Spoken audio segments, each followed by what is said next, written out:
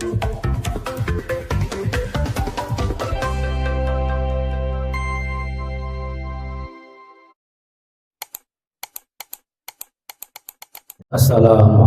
warahmatullahi wabarakatuh. Bismillahirrahmanirrahim. Alhamdulillahirabbil alamin. Wassalatu wassalamu ala asyrofil anbiya'i wal mursalin sayyidina wa maulana Muhammadin wa ala alihi wa ashabihi ajma'in, amma ba'du. Ya ayuhan nas, usikum wa nafsi bi taqwallah faqad fazal muttaqun.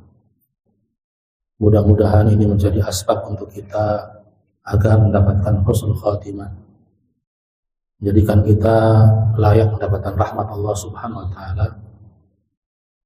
Hadirin yang dirahmati Allah Subhanahu wa taala, Allah berfirman dalam Al-Qur'an, "Wadhkuru ayyamillah." Dan ingatlah oleh kalian semua hari-hari Allah. Al-Habib menerangkan bahwasanya kita diperintahkan untuk mengingat hari-hari Allah. Yang dimaksud hari-hari Allah adalah kita diperintahkan untuk mengingat, menghafal, mengetahui sejarah. Yang dimana fungsi daripada itu adalah sebagai cerminan kita untuk melangkah ke depannya bagaimana. Yang dimaksud dengan sejarah adalah kisah-kisah orang-orang terdahulu, perjalanan-perjalanan hidup orang terdahulu yang Allah kisahkan dalam Al-Quran, oleh Nabi dijelaskan dan dilakukan oleh para sahabat sebagai pedoman. Maka celakalah orang-orang yang tidak mengenal sejarah, tidak mengenal sejarah bangsanya, tidak paham sejarah bangsanya, maka dia tidak tahu ke depannya bagaimana. Dan ingatlah oleh kalian semua hari-hari Allah. Al-Quran sendiri merupakan pedoman hidup untuk semua manusia, bukan hanya yang muslim saja sebenarnya. Kalau dia belajar Al-Quran, mengimani, otomatis dia pasti akan masuk Islam. Al-Quran itu berjumlah 6.666 ayat. 2/3-nya adalah isinya adalah kisah, isinya sejarah. Bagaimana para nabi, para rasul, orang-orang soleh Allah ceritakan di situ. Tujuannya adalah sebagai pelajaran untuk kita mengenal, oh nabi ini begini, perjalanannya begini, untuk kita ikuti, untuk kita jadikan pelajaran. Maka di situ ketika kita diperintahkan untuk memperingati, mengingat hari-hari Allah, maka di situ dianjurkan untuk mengingat, dan perbuatan kita namanya memperingati. Kenapa banyak tanggal merahnya di kalender Indonesia? Karena dalam rangka untuk mengingat ada peringatan Maulid Nabi. Kemudian ada peringatan Isra Mi'raj. Kemudian sekarang masuk pada tahun baru Hijriyah 1446 Hijriyah. Berarti memperingati tahun baru Islam. Apa tujuannya? Kita ngapain mengingat? Maksudnya mengingat bagaimana ketika pada hari itu Rasulullah hijrah. Apa yang dilakukan Rasulullah ketika itu? Apa yang dilakukan para sahabat ketika itu? Kenapa mesti hijrah?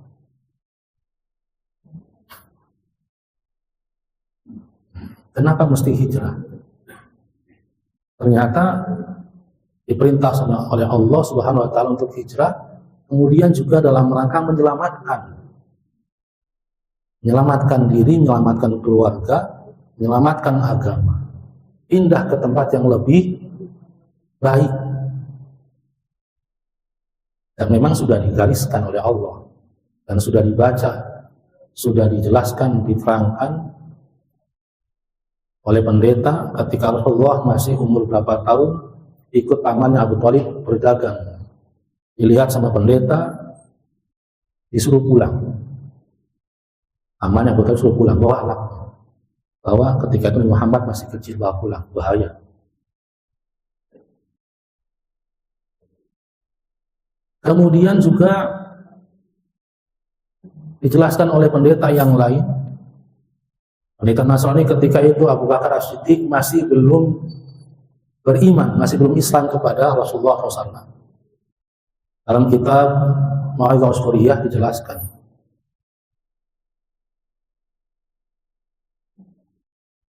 sahabat Abu Bakar As-Siddiq namanya adalah Abdullah bin Abi Quhafa At-Tamimi. Nama aslinya adalah Abdullah.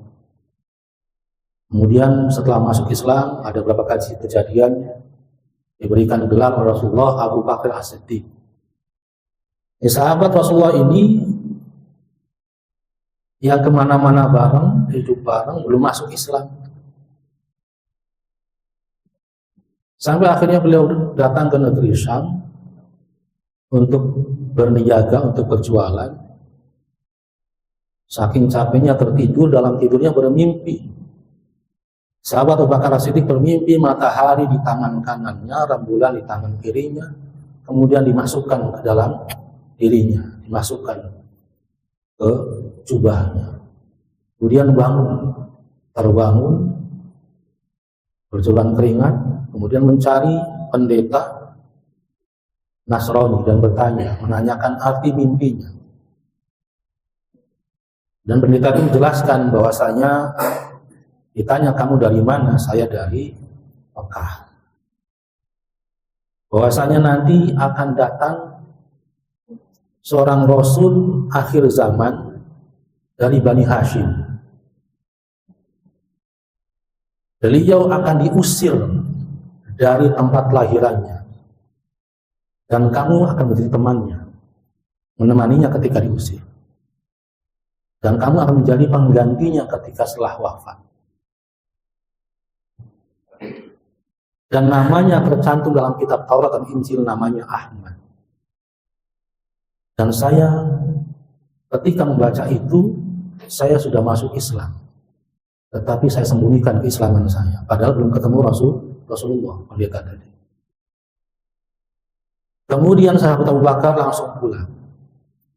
Pulang ke Mekah.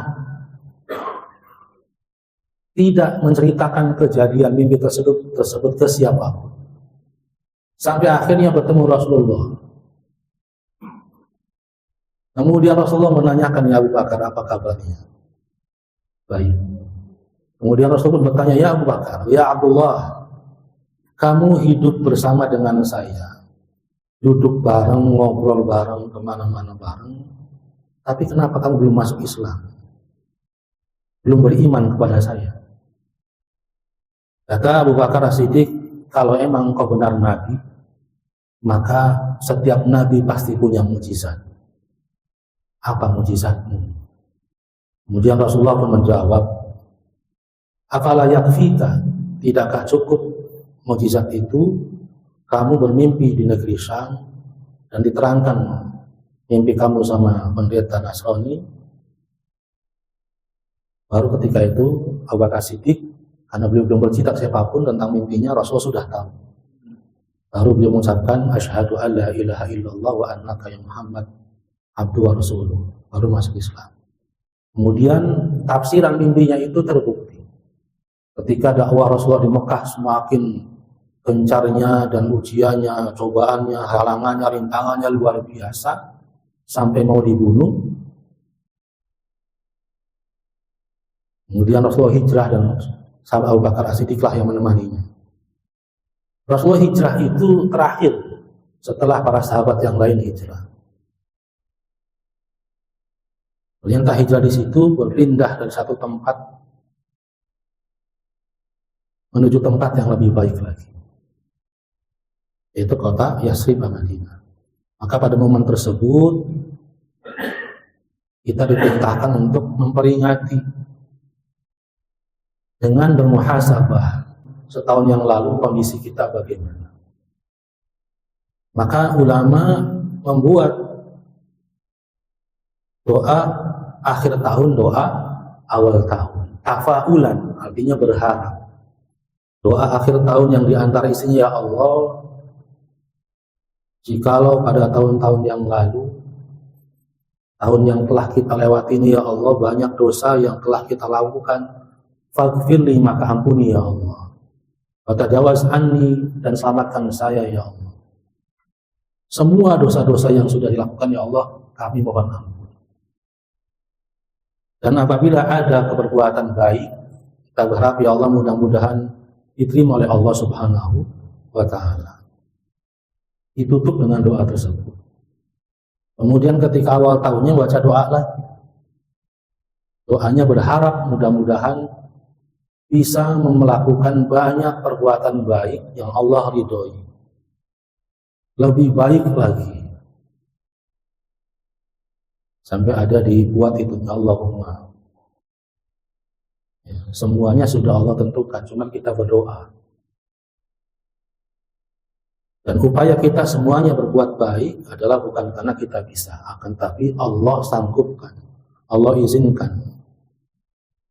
Maka semuanya ada dalam koridor la haula wala quwwata illa billahil aliyyil azim. Kita bisa ibadah ya dengan izin Allah, la haula wala quwwata illa billah. Kita bisa menghindari perbuatan maksiat ya karena izin Allah Subhanahu wa Ta'ala, la haula wala quwwata illa billah. Dalam rangka momen inilah, dalam Islam itu ada tafaulan, ada tasyauman. Tafaulan itu dianjurkan. Tafaulan itu berharap pada Allah, memohon pada Allah dengan satu kejadian, dengan satu perbuatan. Mudah-mudahan kita mendapatkan manfaat di situ. Kalau tasauman itu tidak boleh menjadikan suatu peristiwa mendatangkan keburukan. Ini contoh tasauman, Pak. Tukang tahu mau dagang tahu, pagi-pagi berangkat udah mikul keluar rumah, yang lihat burung terbang ke arah kiri, gak jadi dagang di payu dagangannya. Itu nggak boleh, haram. Namanya tasauman. Lagi dagang dorong gerobak, tiba-tiba deleng manuk mabure nyiwe, wow, dagangan lebih laris, balik maning. Itu yang namanya tasauman, nggak boleh, haram, diharamkan dalam Islam. Kalau bahasa ininya takoyur, aduh kita jatuh mungkin sial gara-gara si anu, itu takoyur, haram. Bahkan menjadikan sesuatu seperti itu, saya kalau dagang ke sana kok laris atau kena celaka terus, wah berarti ya sana nggak boleh. Itu namanya takoyur, nggak boleh. Adapun tafaulan, mengharap sesuatu pada Allah dengan melakukan satu perbuatan seperti peringatan tahun baru Islam, peringatan Maulid Nabi, peringatan Islam Mi'raj, atau memberikan nama anak dengan yang baik. Anak berharap pada Allah supaya anak tersebut seperti yang punya namanya tafaulan. Sebagaimana disebutkan bahwasanya bulan Muharram itu luar biasa. Ketika Rasulullah hijrah ke Madinah itu, beliau melihat orang-orang Yahudi pada tanggal 10 Muharram ada puasa. Sehingga Rasulullah bertanya, kenapa engkau puasa? Orang Yahudi menjawab, karena pada tanggal ini, pada hari ini, tanggal ini, Allah menyelamatkan Nabi Musa dan Bani Israel dari Fir'aun. Maka sebagai ungkapan terima kasih bersyukurnya saya kepada Allah, saya puasa hari ini. Nah, dengan itu Rasul bersabda, nahnu aula minhu, nahnu aula minkum min Musa. Kami lebih berhak, kata Rasulullah, lebih utama dari kalian terhadap Nabi Musa. Maksudnya kita yang berhak untuk memperingati Asyura ini. Asyura itu dari kata bahasa Arab ashrun. Ashrun itu artinya 10. Yang Asyura tanggal 10 Muharram. Bahasa Jawanya surah, bulan surah. Ada peristiwa-peristiwa yang luar biasa terjadi pada tanggal 10 Muharram. Di antaranya adalah dalam Al-Quran dijelaskan bahwa Nabi Musa, Nabi Nuh itu mendarat dari banjir bandang besar, mendarat di atas Bukit Jud. Ila riwayatnya tanggal 10 Muharram. Kemudian Nabi Yunus dikeluarkan dari dalam perut ikan yang sangat besar, ikan paus. Sekarang mah tanggal 10 Muharram. Nabi Ayub Allah sembuhkan dari berbagai macam penyakitnya yang menderita tanggal 10 Muharram. Maka dengan alasan tersebut kita tafahulan, berdoa kepada Allah, memohon dengan keagungan yang Allah buat, Allah ciptakan pada tanggal 10 Muharram. Kita mohon ya Allah selamatkan kita semua dari berbagai macam fitnah dunia. Wabil khusus kita doakan saudara-saudara kita di Palestina, mudah-mudahan Allah berikan kemenangan. Tanggal, hari, bahkan waktu itu daripada termasuk min ayyamillah, hari-hari Allah. Jadi jangan lupa nanti pas tanggal 10 Muharram malamnya bermunajat, ya Allah, sebagaimana Engkau selamatkan pada hari ini tanggal 10 Muharram Nabi Nuh dari banjir bandang yang besar, bagaimana Engkau selamatkan pula Nabi Yunus dalam perut ikan paus, ya Allah, sebagaimana Engkau sembuhkan Nabi Ayub, maka kami mohon ya Allah, selamatkan kami pula ya Allah. Berilah kemenangan pada teman-teman kami, saudara kami di Palestina. Maka ternyata termasuk daripada perintah Allah kita untuk melakukan sebuah peringatan, memperingati dalam rangka tafahulan. Orang yang pernah berangkat haji ada namanya Maqam Ibrahim, ada Hijri Ismail, dan kalau berdoa di situ mustajab.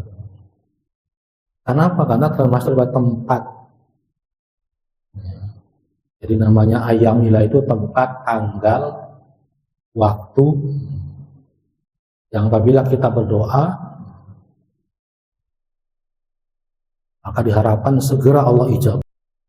Hadirin yang rahmati Allah SWT, kembali ke Alkitab, masih tentang birrul walidain, perintah untuk berbuat baik, berbakti kepada kedua orang tua. Fa'alaika bibtigha'i mardhatihima wa imtithali amrihima ma lam yakun ma'siyatan wajtinabi nahyihima ma lam yakun ta'atan wajibatan. Wa yusarihima ala nafsika bitaqdimi muhimmatihima ala muhimmatika. Dan hendaknya kalian mencari keridhaan kedua orang tua dengan melaksanakan perintah mereka berdua selama malam yakun maksiatan, selama perintah mereka berdua itu bukan termasuk yang maksiat. Wajtinabi nahyihima, dan menjauhi larangan mereka berdua orang tua malam yakun ta'atan wajibatan, selama larangannya tersebut bukan larangan yang merupakan ketaatan wajib pada Allah Subhanahu wa ta'ala. Wa itharihima ala nafsika bitaqdimi muhimmatihima ala muhimmatika, dan mendahulukan keduanya, mementingkan keduanya, mendahulukan kepentingan keduanya atas dirimu dengan mendahulukan muhimmatihima, kepentingan mereka berdua, ala muhimmatika, atas kepentingan. Jadi mengutamakan kedua orang tua atas diri kita sendiri. Sampai akhirnya tentang orang tua ini luar biasa. Bukan hanya orang Islam saja, orang Buddha juga. Ada guru SD ngajar bahwa ibunya yang sudah ikut, hingga akhirnya mengganggu anak-anak SD lain, anak-anak muridnya. Kemana-mana dibawa ibu, sehingga akhirnya semua wali muridnya tuh protes ke kepala sekolahnya, Pak, pecat aja Pak guru itu, kalau ngajar tuh bawa ibunya terus. Di tengah lagi musyawarah begitu, ibunya hilang, dicari kemana-mana, yang nemuin anak muridnya, tapi diam aja. Dipanggil kepala sekolah, Pak, orang tua pada protes, Bapak sebaiknya tinggalkan ibunya di rumah. Kata gurunya, dia milik saya satu-satunya. Gak mungkin saya tinggal. Kemana-mana, waktu saya kecil ya beliau yang bawa. Sekarang beliau sudah tua ya segiliran saya. Gak mungkin saya tinggal. Dan itu menjadi pelajaran. Sampai Rasulullah SAW bersabda, ketika ada sahabat bertanya, siapa yang harus saya lebih utamakan? Ibumu. Nanya lagi, siapa lagi Rasulullah? Ibumu. Terus siapa lagi Rasulullah? Ibumu. Terus siapa lagi? Baru bapakmu. Ibu 3 kali, bapak 1 kali. Jadi di antara semua itu ada derajatnya. Semua makhluk Allah, semua perintah Allah ada derajatnya. Derajat yang utama dari kedua orang tua adalah ibu. Sampai 3 kali derajat lebih tinggi daripada bapak. Wa minal huquqi an tu'dhiyahuma biman'i ma tastati'u isolihi minal ma'ruf ilaihi. Dan termasuk daripada perbuatan durhaka kepada orang tua. Wa minal huquqi, dan termasuk daripada perbuatan durhaka terhadap kedua orang tua adalah antu ziyahuma biman'i ma tastati'u isolihi minal ma'ruf ilaihi. Adalah menyakiti kedua orang tua tersebut dengan tidak melaksanakan sesuatu dari perbuatan baik yang kita sanggup mengerjakannya, menunda atau menahan perbuatan baik yang kita bisa kerjakan, itu sudah termasuk perbuatan durhaka. Maksudnya gimana? Menyakiti perasaan orang tua dengan tidak melaksanakan perbuatan baik yang kita sanggup mengerjakannya. Ini bukan tidak melaksanakan, tapi menunda. Bahkan Al-Quran lebih halus lagi. Wala taqul lahuma uffin. Jangan mengatakan pada mereka berdua uffin. Uffin itu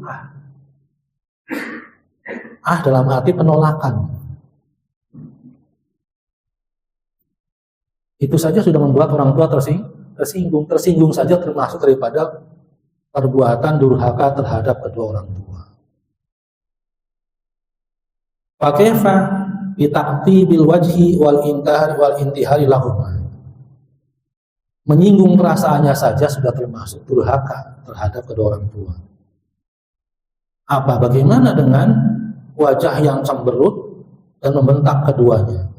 Maka lebih daripada durhaka. Nyinggung perasaannya saja termasuk durhaka.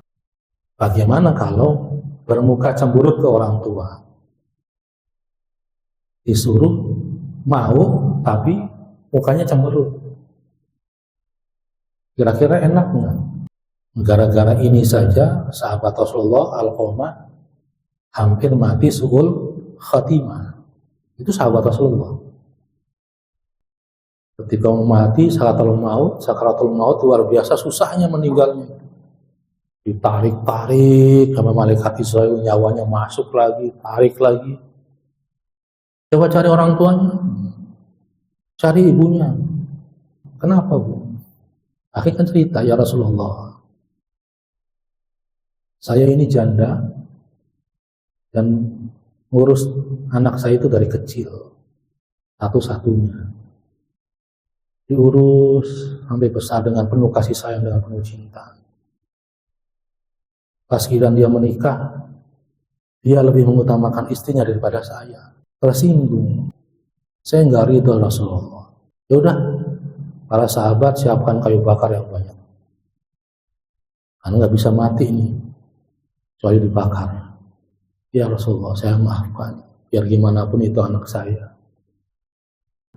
Kalau sudah nggak ada meninggal orang tua, sudah nggak punya pintu surga lagi. Rasulullah berpesan pada sahabatnya, kalau kalian bertemu dengan Uwais Al-Qarni, minta doa sama dia. Padahal Rasulullah nggak pernah ketemu dengan sahabat itu, Uwais Al-Qarni. Saya mau Umar bin Khattab juga bingung, ketemu enggak apa enggak. Dia termasuk anak yang soleh, berbakti sama ibunya, urus ibunya yang sudah tua, sudah pikun. sabar luar biasa dan punya keinginan, ya Allah saya pengen pergi haji, pengen ketemu Rasulullah. Tapi nggak bisa-bisa, karena setiap mau pergi, ibunya sama siapa? Wah terus, kalau ada kesempatan pergi nggak bisa. Akhirnya sudah, satu saat digendong sama beliau dari Yaman ke Mekah. Luar biasa ini. Wa qala alaihi salatu wassalam, Rasulullah SAW bersabda berdasarkan menguatkan tentang kita untuk berbakti sama orang tua dan dilarang berdurhaka. Yujadu rihul jannati min masirati alfa amin. Min masirati alfi amin. Yujadu didapati, dicium, dapat dicium, dapat ditemukan. Rihul jannati, rihal jannati, aroma surga min masirati alfi amin, dari jarak 1000 tahun perjalanan. Aroma surga itu bisa dicium dari jarak 1000 tahun perjalanan, bisa kecium. Wala yajiduha akun wala qati'ur rahmin wala syaikhin zanin wala musbili izarihi khuyala'a innamal kibriya'u lillahi rabbil alamin. Wala yujaduha wala yajiduha, dan tidak akan bisa menciumnya, mencium bau surga walaupun baunya itu dapat dicium 1000 tahun perjalanan jaraknya, berarti sangat wangi sekali. Tetapi tidak bisa dicium wangi surga itu oleh akun, orang yang durhaka kepada orang tuanya. Wala qati'ur rahmin, dan tidak juga dicium oleh orang yang memutuskan tali silaturahmi. Dan tidak dicium lagi oleh syaikhun zanin, tidak dapat dicium oleh orang tua yang berbuat zina. Udah aki-aki berzina. Wala musbili izarihi khuyala'a, dan tidak dapat dicium oleh orang yang memanjangkan celananya atau kainnya atau sarungnya khuyala'a, karena sombong. Innamal kibriya'u lillahi rabbil alamin. Sesungguhnya sombong itu hanya milik Allah Subhanahu wa taala, Tuhan semesta alam. Dikuatkan oleh hadis Nabi bahwasanya wangi surga bisa dicium dari jarak 1000 tahun perjalanan, tapi tidak bisa dicium oleh orang-orang yang durhaka pada kedua orang tua, oleh orang yang memutuskan tali silaturahmi, oleh kakek-kakek yang berzina, dan orang yang memakai baju, memakai celana kedombrangan dengan sombongnya. Wa qala alaihi salatu wassalam anillahi ta'ala, dan Rasulullah bersabda dari Allah Subhanahu wa ta'ala. Ini hadis qudsi, berarti man asbaha maradiyan liwalidayhi muskhitan li fa innahu anhu radin. Man asbaha, siapa yang pagi-pagi maradiyan liwalidayhi, mendapatkan ridho kedua orang tuanya, muskhitan li, walaupun dia mendapatkan murka saya, fa ana anhu radin, maka saya terhadapnya ridho. Wa man asbaha muskhitan liwalidayhi maradiyan li fa ana alaihi sakhitun. Dan siapa yang orangnya yang pagi-pagi mendapatkan murka kedua orang tua, walaupun dia melakukan perbuatan yang saya ridhoi, fa ana alaihi sakhitun, maka saya terhadapnya murka. Kemudian hadis Rasulullahnya adalah ridallah fi ridal walidain wa suhtullah fi suhtul walidain. Wallahu a'lam bishawab. Mari kita sama-sama akhiri bersama-sama baca doa kafaratul majelis. Subhanakallahumma bihamdika asyhadu an la ilaha illa anta astaghfiruka wa atubu ilaik. Wassalamualaikum warahmatullahi wabarakatuh.